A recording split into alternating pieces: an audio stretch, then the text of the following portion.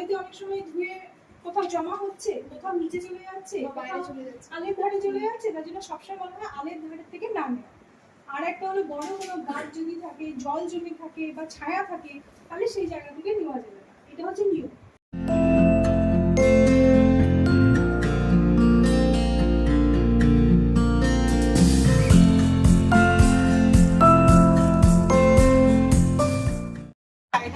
গোচরণ ভূমি, এখানে আমরা গরু বা মোষ বা ছাগল ইত্যাদি প্রভৃতি চাষ করতে পারি, এবং তার সাথে সাথে ফলের যে বাগান সেগুলো আমরা ওইখানে তৈরি করে দিই।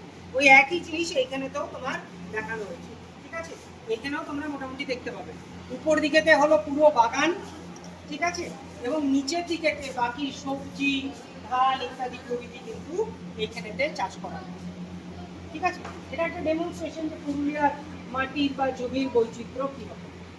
ন্যাশনাল এডুকেশন পলিসির আন্ডারে 6 সেমিস্টারের আমাদের নিস্তারিণী কলেজের ছাত্রীরা, পল সায়েন্স এবং ফিলোসফি ডিপার্টমেন্টের ছাত্রীরা total around 225 student internship course করছে আমাদের পুরুলিয়ার কল্যাণের সাথে কোলাবোরেশনে।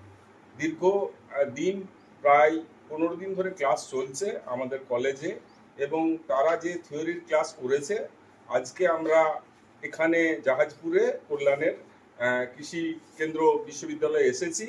মেয়েরা এতদিন ধরে যে ক্লাস করলো সেটাই আজকে হাতে কলমে দেখছে তারা। বিভিন্ন কল্যাণের যারা কর্মকর্তা রয়েছেন, স্যার ম্যাডামরা রয়েছেন, তারা আমাদের ছাত্রীদেরকে দেখাচ্ছে, এবং আমরা আশা করি যে ভবিষ্যতে আজকে তারা যেটুকু শিখলো তাদের জীবিকা অর্জনে এবং অন্যান্য কাজে এটা কাজে লাগাবে এবং সফল হবে।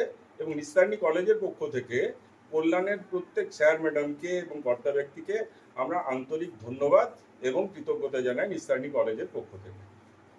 ঠিক আছে?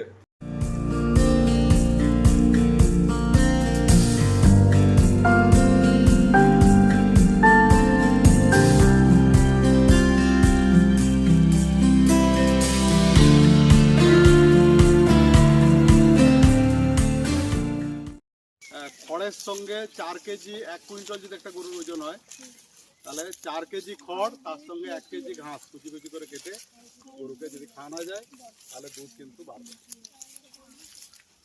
1 কুইন্টাল যদি একটা গরুর ওজন হয়, 1 কুইন্টাল গরুর ওজনের জন্য 4 কেজি খড়।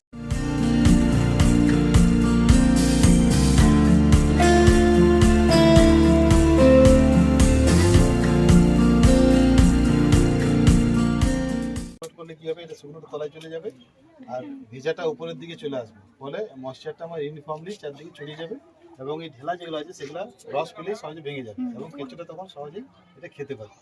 ঠিক আছে? ওর খাওয়ার অবস্থাটা আমাকে তৈরি করে দিতে হবে, ভালো খাবে না, তাহলে কি হবে, আমার এটা তৈরি হতে দেরি হয়ে যাবে, সময়টা বেশি লাগে, অন্য কিছু হবে। আর কেঁচোর সংখ্যাটা এমনভাবে আমরা এখানে নির্ধারণ করব যাতে আমার সময়টা 60 থেকে 70 দিনের মাথায় এটা রেডি হয়ে যেতে পারে। ঠিক আছে? যত কম দেবো তত সময় বেশি লাগবে, যত বেশি কেঁচো থাকবে তত সময় কম লাগবে। ঠিক আছে? আর এই কেঁচো সারের কোয়ালিটি নির্ভর করবে আমি কেঁচোটাকে কি খাবার দিয়েছি তার। স্বাগত জানাচ্ছি আমাদের নিস্তারিণী কলেজের শিক্ষক মহাশয়দের। দীর্ঘ 15 দিন ধরে ওনারা অক্লান্ত পরিশ্রম করে চলেছেন ছাত্রীদের জন্য। দুটো ডিপার্টমেন্টের ছাত্রী, কলেজেরই দুটো বিভাগের ছাত্রীদের নিয়ে ওনারা ইন্টার্নশিপ প্রোগ্রামটা দেখছেন।